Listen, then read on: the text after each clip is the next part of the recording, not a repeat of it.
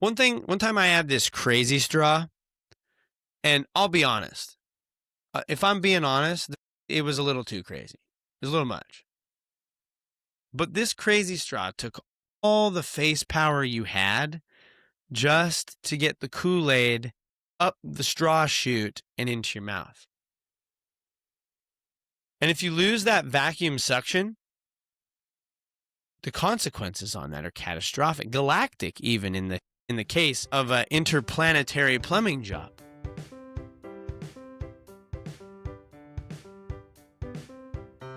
Welcome back to Privy. Privy is a podcast about bathrooms, recorded from my home bathroom. I'm your host, Hunter Hoover, and I love bathrooms. Welcome back, everyone. Thank you so much for being here. Normally, I'll confess. Normally, this episode is a recap / reissuing of the challenge related to bathroom-specific pranks, gags, and goofs in honor of April Fool's Day. And while we could have done that, I wanted to pivot a bit because there's something else going on right now in the world of bathrooms and bathrooming that is pretty cool. Now, at the point of this episode's writing, when I was writing this episode, mid-March-ish, at the time, I had not become aware of what is, I think, a fairly trending online bathroom-related prank. Now, for those whose TikTok is, their algorithm is not as bathroom-themed and Pokemon-themed as mine, the short version of this prank is you take a roll of toilet paper. It's wild that I don't have such access to one. You take a roll and you soak it in water, and you kind of mold the toilet paper roll to the shape of a round, like, for lack of a better way of saying it, a donut shape, because that's what you're going for here.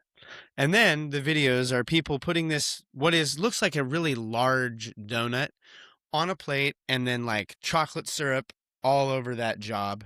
Just really soak that G.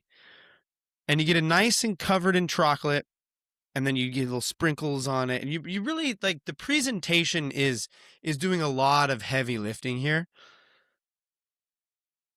And it truly does look like a donut. Like, when they do this and they present it to the people, I do think that there are some people who are just going along with the bit and are relying more on their, like, desire for a donut than, like, the feel of this thing in their hand when they pick it up. Because, again, I'm not convinced that a wad of wet toilet paper weighs the same as a donut.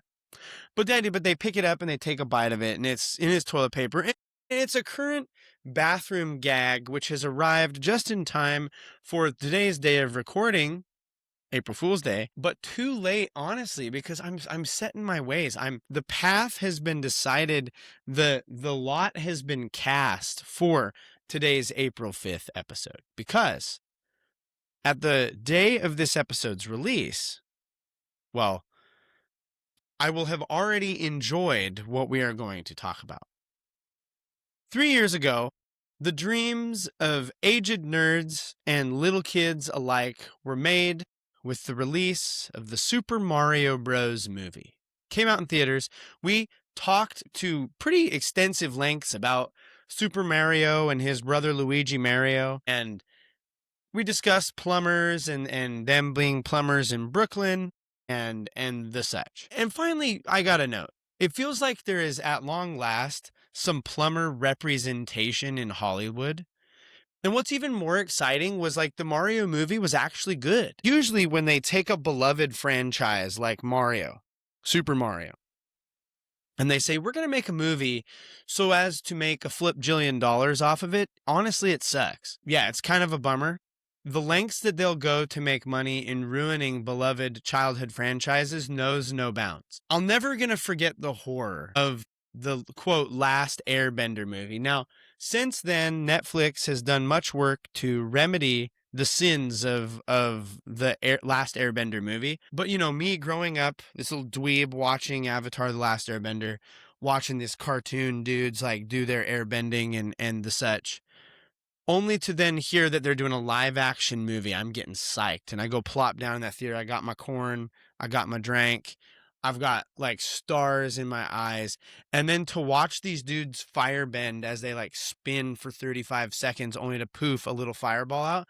I'm like, dude, I know I have seen some hillbilly redneck in the backwoods of Montana or Florida, take your pick, produce a fireball out the end of some cannon way quicker than that. And so usually when they make these things, they're kind of awful. And so the Mario Bros. Movie, which came out 3 years ago, was a pleasant surprise because, again, it didn't suck, which I'm going to be honest. Call me a skeptic, call me a non-believer, but I was a bit skeptical going into it. I'm like, plumber representation, Hollywood, Super Mario, like, they got to land this plane. And I truly think that movie paved the way for things like the Minecraft movie and other video game franchises to honestly like take a risk in their movie making endeavors. It was special, the Mario Bros. Movie, and it graced us with the Ballad of Bowser, known colloquially as the Peaches song. And if you're like me and you've asked your Alexa to play Peaches, it has inadvertently played some Justin Bieber amalgamation hip hop love song about some fat bootied bee on accident. And it's really frustrating. Like, I'm here to hear Bowser opine about peaches, peaches, peaches, peaches, peaches. And then Justin Bieber's talking about getting his kush down in Georgia or some other thing. I don't even know. And so, Alexa, stop. Oh my gosh. I had that joke playing it. That's plumb wild, ain't it? I can't believe that. But 3 years later, Mario is back. And at the point of this episode's writing, I've already secured tickets. Now, I got to get a little quiet here because I'll admit, the kids don't know this yet, and they are in the other room. But this is this little weekend surprise. We're going to surprise them with some Mario Brothers. It's going to be pretty good. And I'm excited for it. Like, I'm pretty hyped. It's like really working out in many ways that are hard to describe. But in short, there was a moment where I was like, man, we're going to go see this movie. My son's not going to be able to have any popcorn. But then we found out today that that's actually not happening for another week. So he can actually have the corn at the movie. It's going to be great. And so 3 years later, Mario is back. And him being back, I'm going to be honest, the marketing on the movie, though I would argue not as robust and as strong as Super Mario Bros. The movie, number one, it's very interesting. If you remember, 3 years ago when they were doing marketing for the Super Mario Bros. Movie, they had a phone number that you could text or call for services, quote unquote, from the Mario Bros. Plumbing company. This was a great marketing strategy and one that I, a fan of bathrooms and plumbers alike, was easily wrapped up in. Obviously, I texted the number, and it was just a marketing strategy to get you like bought into like, okay, you can buy tickets. It's going to be pretty hyped. But when you did it, it was like, oh, the Mario Bros. Are still in construction. Like, stay tuned. Interact with the world of the movie before you even went. Now, if you, like me, messaged or called that number 3 years ago in our past, in the last few weeks, and even today, while I was on my lunch break, I got a little ding. You received a text message from a strange number. And in it, you found out about a thing called the Galactic Gateway. And you heard in that text that the Mario Bros. Plumbing Company were going galactic, hitting the stars, if you will. Then you were encouraged to save a contact image, which of course is Rob.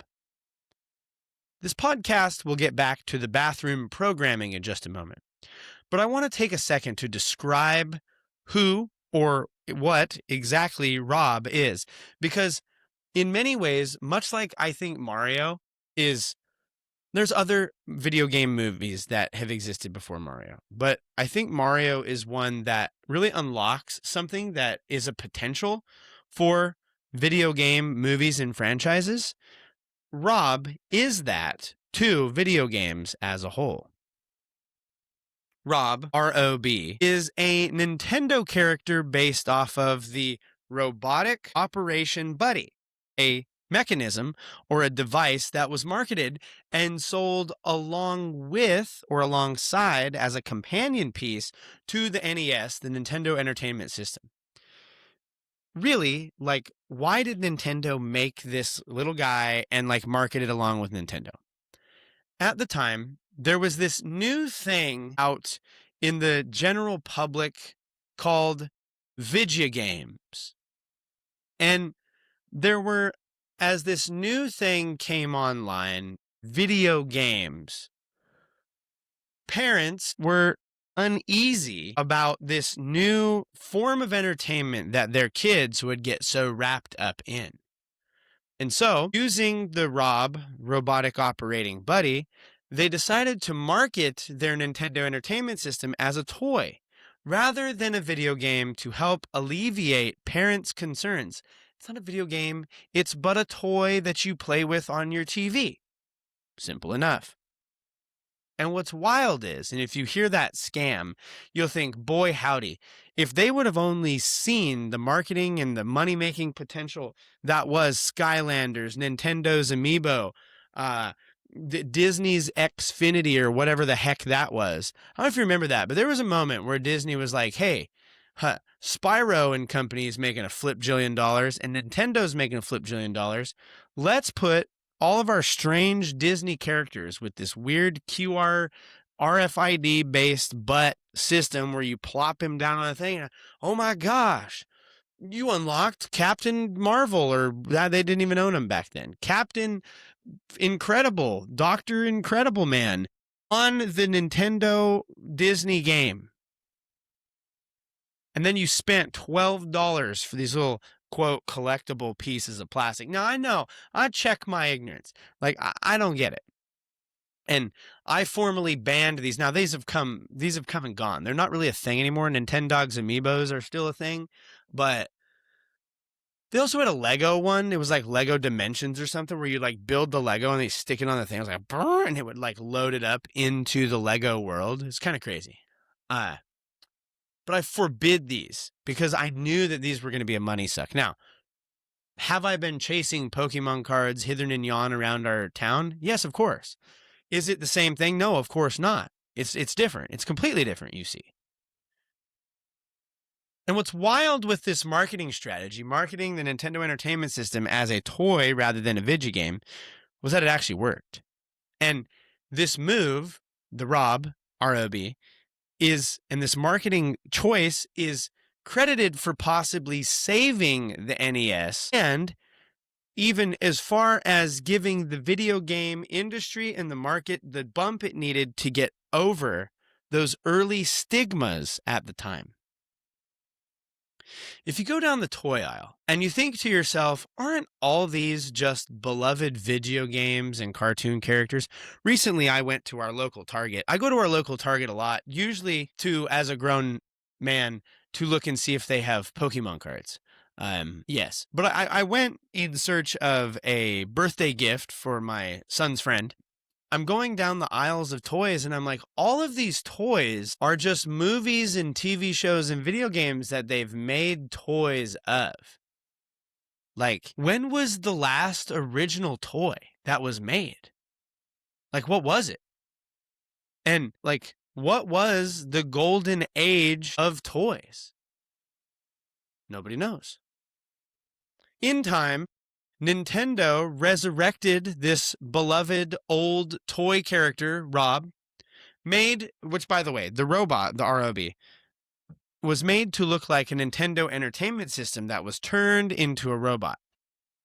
And they took this character, the Rob, and they stuck him into a variety of games.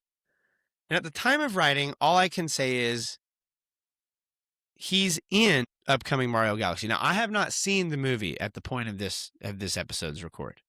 So the future me will know whether I was wrong, and I will be proven right or wrong. And you can roach and poach me via the internet if you so care. Like, Hunter's such an idiot, he got this wrong.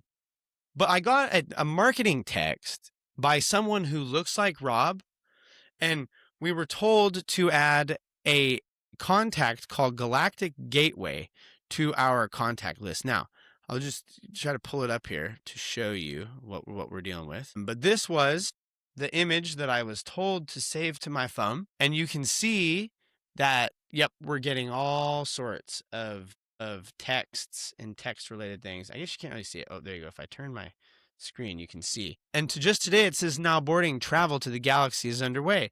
Boarding remains open, though. Availability may change. Delay is not recommended.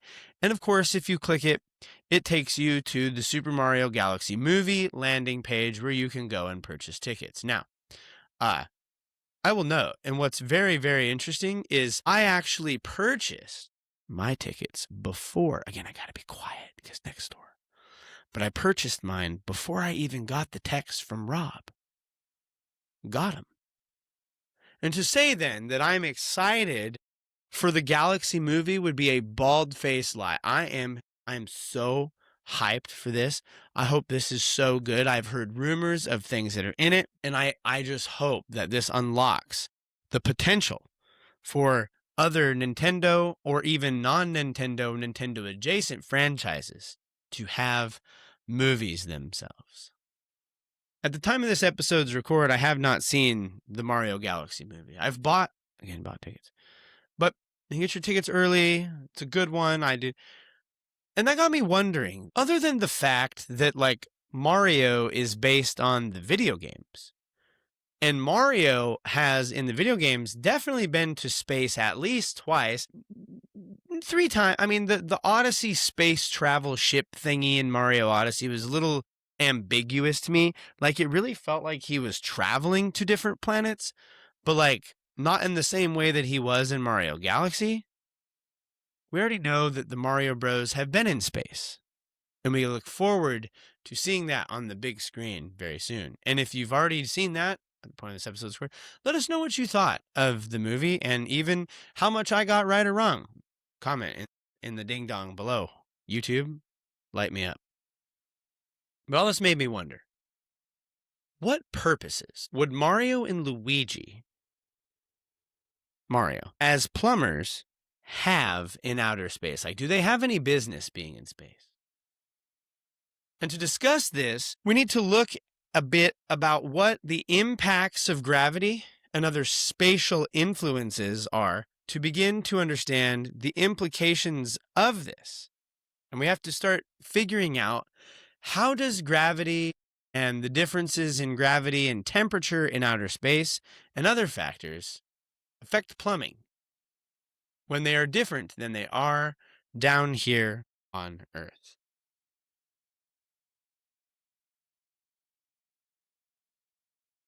Our first concern that we're going to discuss is gravity. To put it shortly, mud and crap slide downhill. That's also like the advice I say regarding to teens dating other teens who aren't good for them. It's like, no, I can change him. No. Crap slides downhill. Like, then you're both covered in poo. Just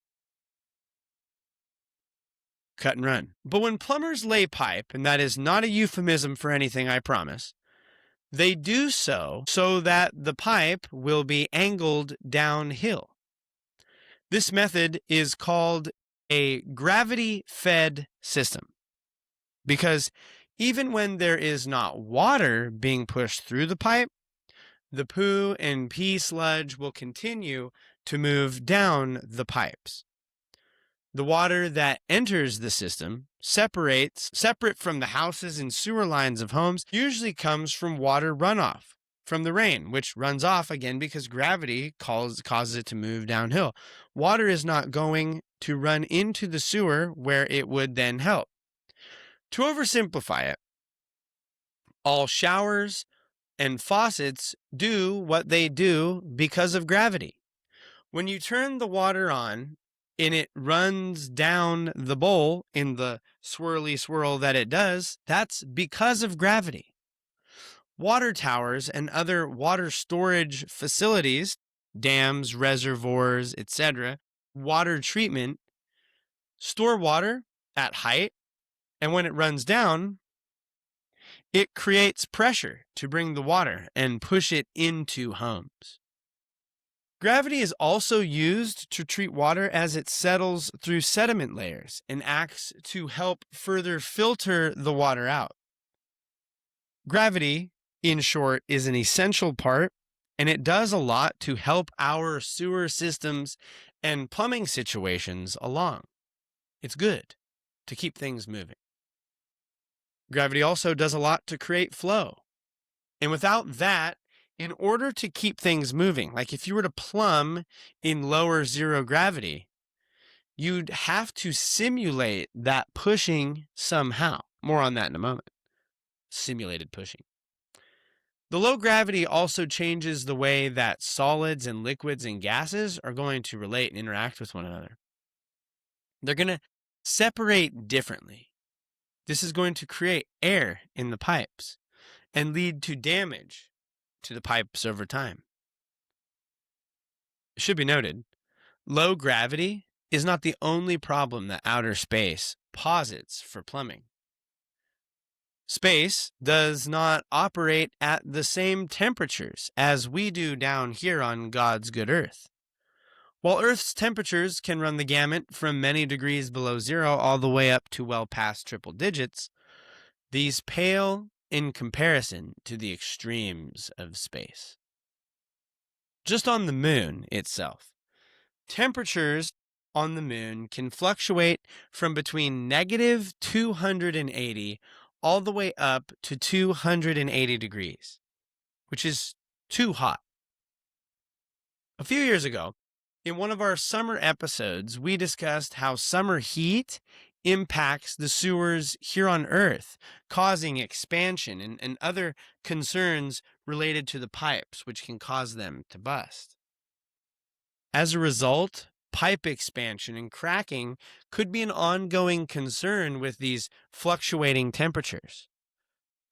Will there be a pipe explode and flood your whole nonsense? Having hot water is great, but there are limits to how hot it should be. I gotta admit, sometimes I think I want a 280-degree shower.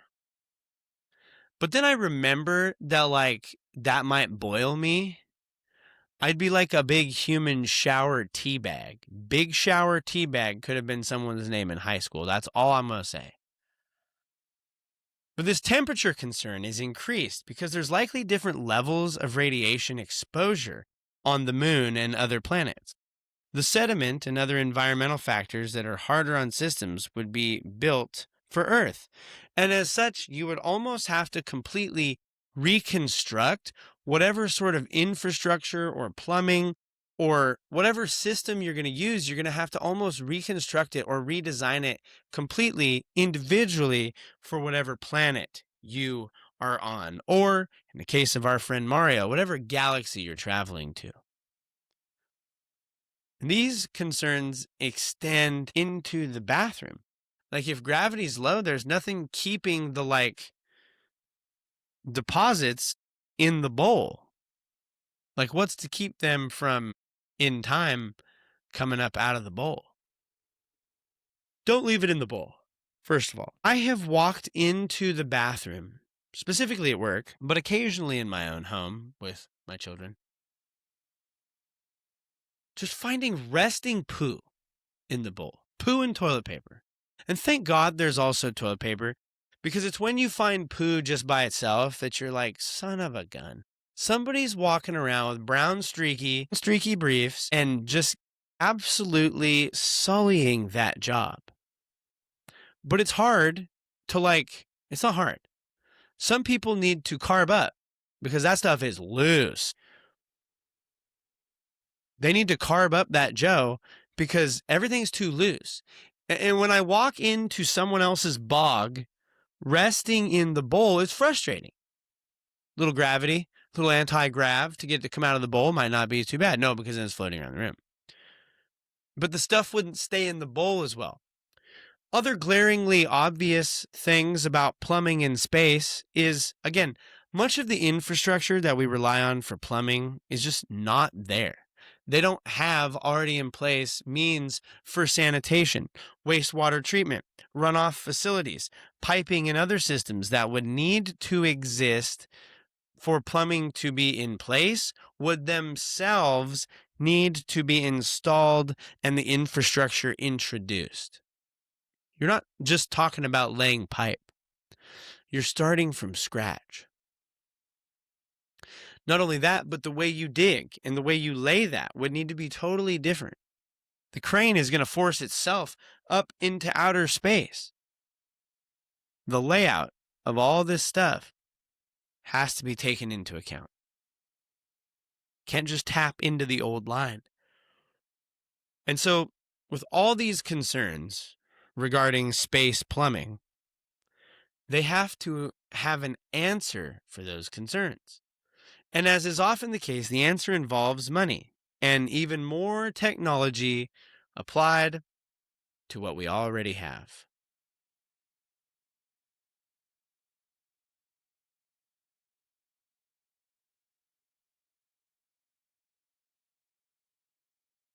Well, there's been a lot of speculation as to how you would lay plumbing for outer space.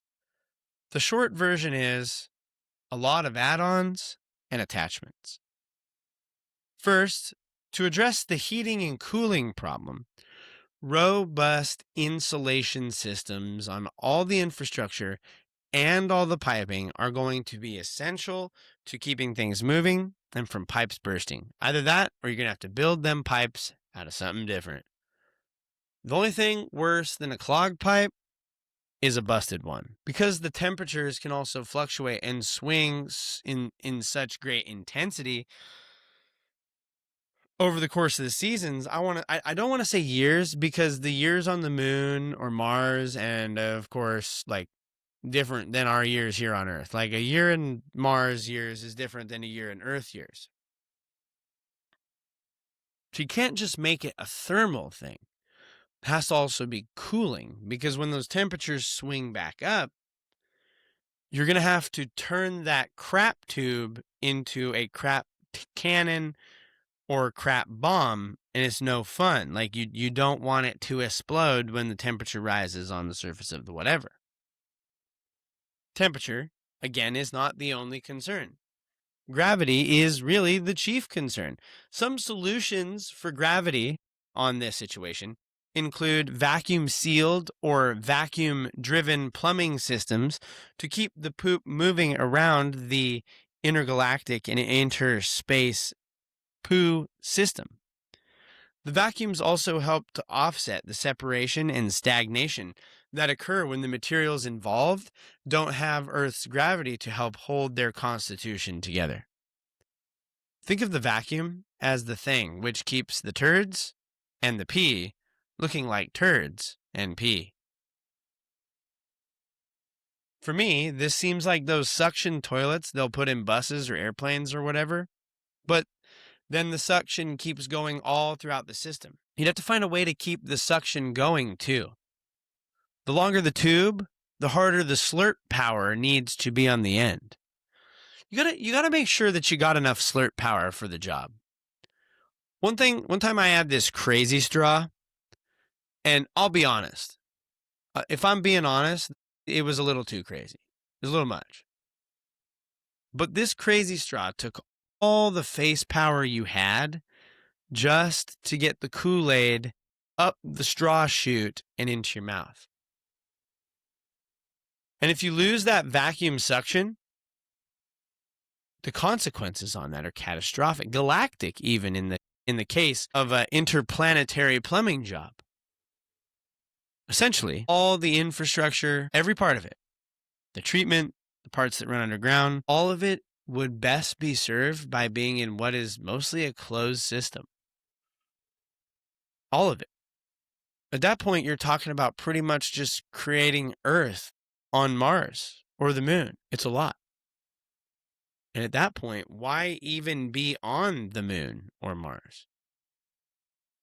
The install could be far more costly. And we don't know how those changes to the surface of those planets and moons are going to impact the gravity and the situation of the whole thing. It's a lot. And so, in actuality, the real solution is probably not to plumb these planets. It's probably more to come up with a better system for dealing with the poo. There's a list of some of the things which would need to be done in order to course correct these concerns. Much like astronauts in space, go check out our Space Toilets episode if you get the chance, you would likely have to strap everything down, including the network of suction you use for the actual plumbing. On the space station, they use pipes made of titanium, stainless steel, or Teflon, and they are wrapped in a metal mesh. These would need to be thermal in nature.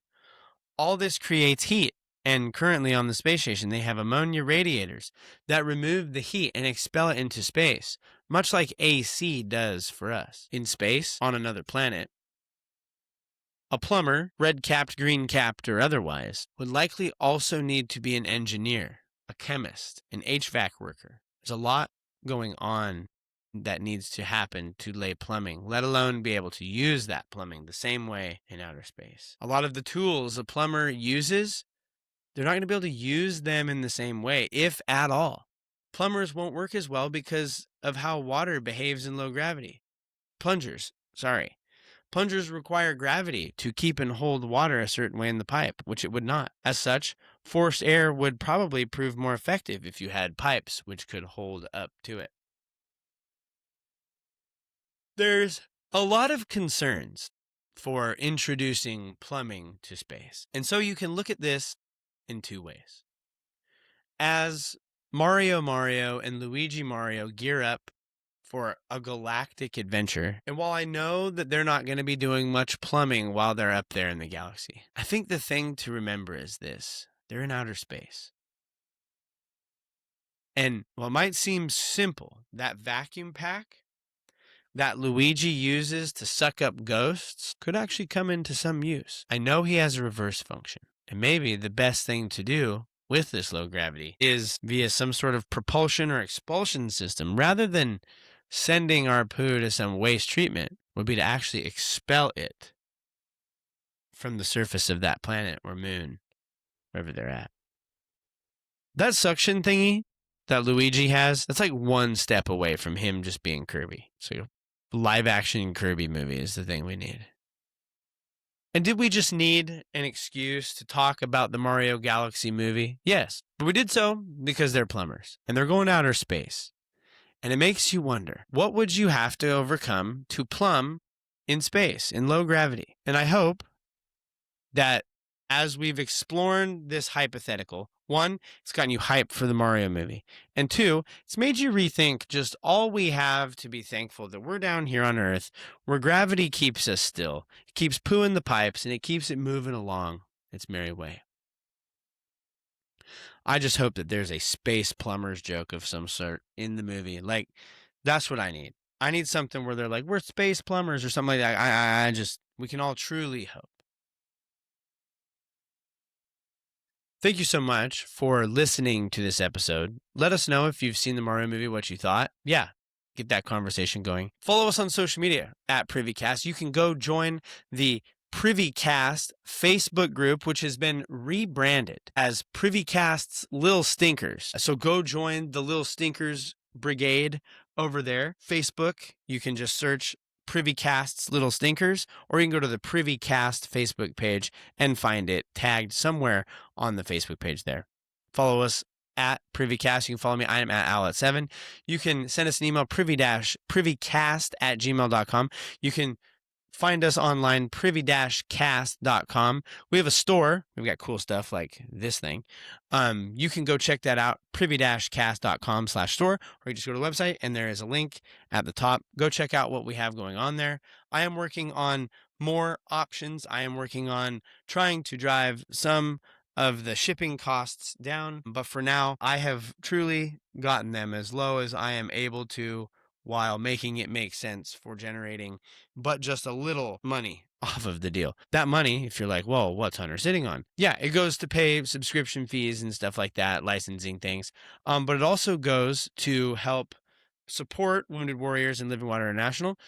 For every rating and review you leave on Apple Podcasts and Spotify Podcasts, we like to donate some money to Wounded Warriors and Living Water International as a reminder to keep pooping in the free world. That free world was not always free, and in pursuit of cleaner water for all.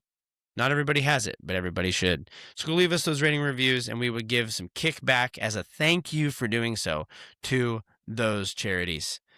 This brings us to the end of another episode of Privy. Thank you for Kevin and Podington for the use of your music. You can find them out in the description below. Keep pooping in the free world. Own your stank.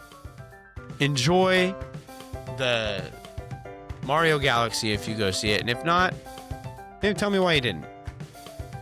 And now, as always, don't forget to flush.